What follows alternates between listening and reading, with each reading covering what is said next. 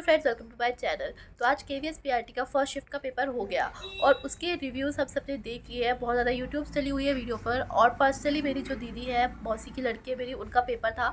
तो मैंने उन्हें कॉल किया और पेपर का लेवल पूछा, किस तरीके से पेपर आया था और कितना टाइम उनके पास बच गया था पेपर करने के बाद, वो सब आपको बताती हूँ।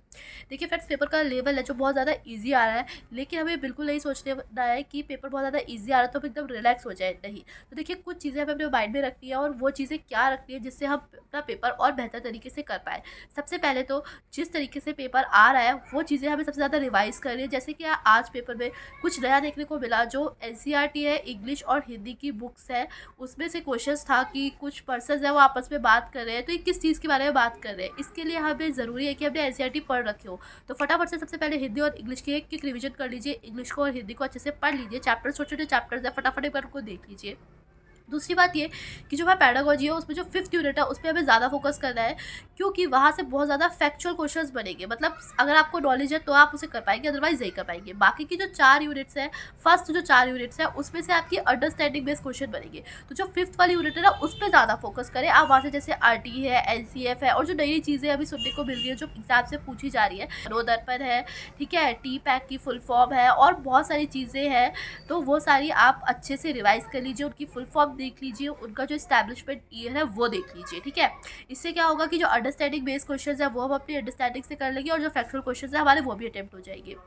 एंड हिंदी इंग्लिश पर भी आप ध्यान देना शुरू कर दीजिए, क्योंकि मुझे पता है कि यहाँ पर सब मार्क्स उतने ला पाएंगे जितने हम ला पाएंगे। अब हमें हिंदी इंग्लिश पर भी ध्यान देना है। तो मैंने जैसे बताया, एनसीईआरटी पढ़ लीजिए, और जैसे हिंदी में और इंग्लिश में बताया जा रहा है कि मुहावरे, प्रैवाची शब्द ये सब पूछे जा रहे हैं, तो उनको भी एक बार नज़र मार लीजिए।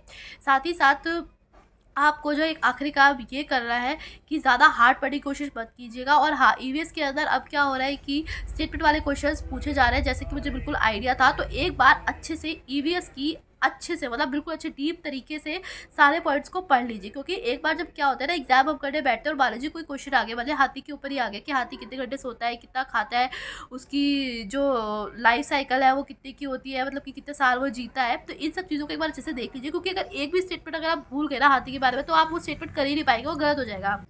तो आपको क्या करना है, अच्छे से एनसीईआरटी को अच्छे से पढ़ लीजिए। और इसके बाद हम क्या करने वाले हैं, जो बाकी के पेपर भी आ रहे हैं ना, उनके भी एनालिसिस लेते रहेंगे, ये देखने के लिए कोई पैटर्न चेंज तो नहीं हो रहा। तो मेरा पेपर तो 24 को है, तो मैं आपको अच्छे से बता दूंगी। और हाँ, मेरी दीदी ने कुछ क्वेश्चंस नोट किए थे कि कैसे कैसा पेपर आ रहा है, ताकि मुझे भी हेल्प मिल जाए और आप सबको भी हेल्प मिल जाए मेरे थ्रू।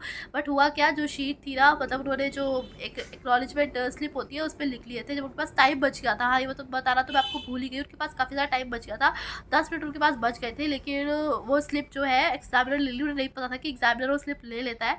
तो एक्चुअल क्वेश्चन तो मुझे नहीं पता लग पाए हैं, लेकिन उन्होंने बताया कि पेपर बहुत इजी आ रहा है। ज्योमेट्री बिल्कुल भी नहीं आई थी मैथ्स के अंदर। मैथ्स के अंदर आया था हमारा जो एलसीएम, एचसीएफ, अर्थमेटिक टाइप पूछा जा रहा था। प्रॉफिट एंड लॉस से एक क्वेश्चन था, छोटा सा सिंपल सा क्वेश्चन था, बड़ा क्वेश्चन नहीं था। उन्होंने बताया मैथ्स बहुत ईजी था। मेंसुरेशन का एक क्वेश्चन हमें वहाँ देखने को मिला।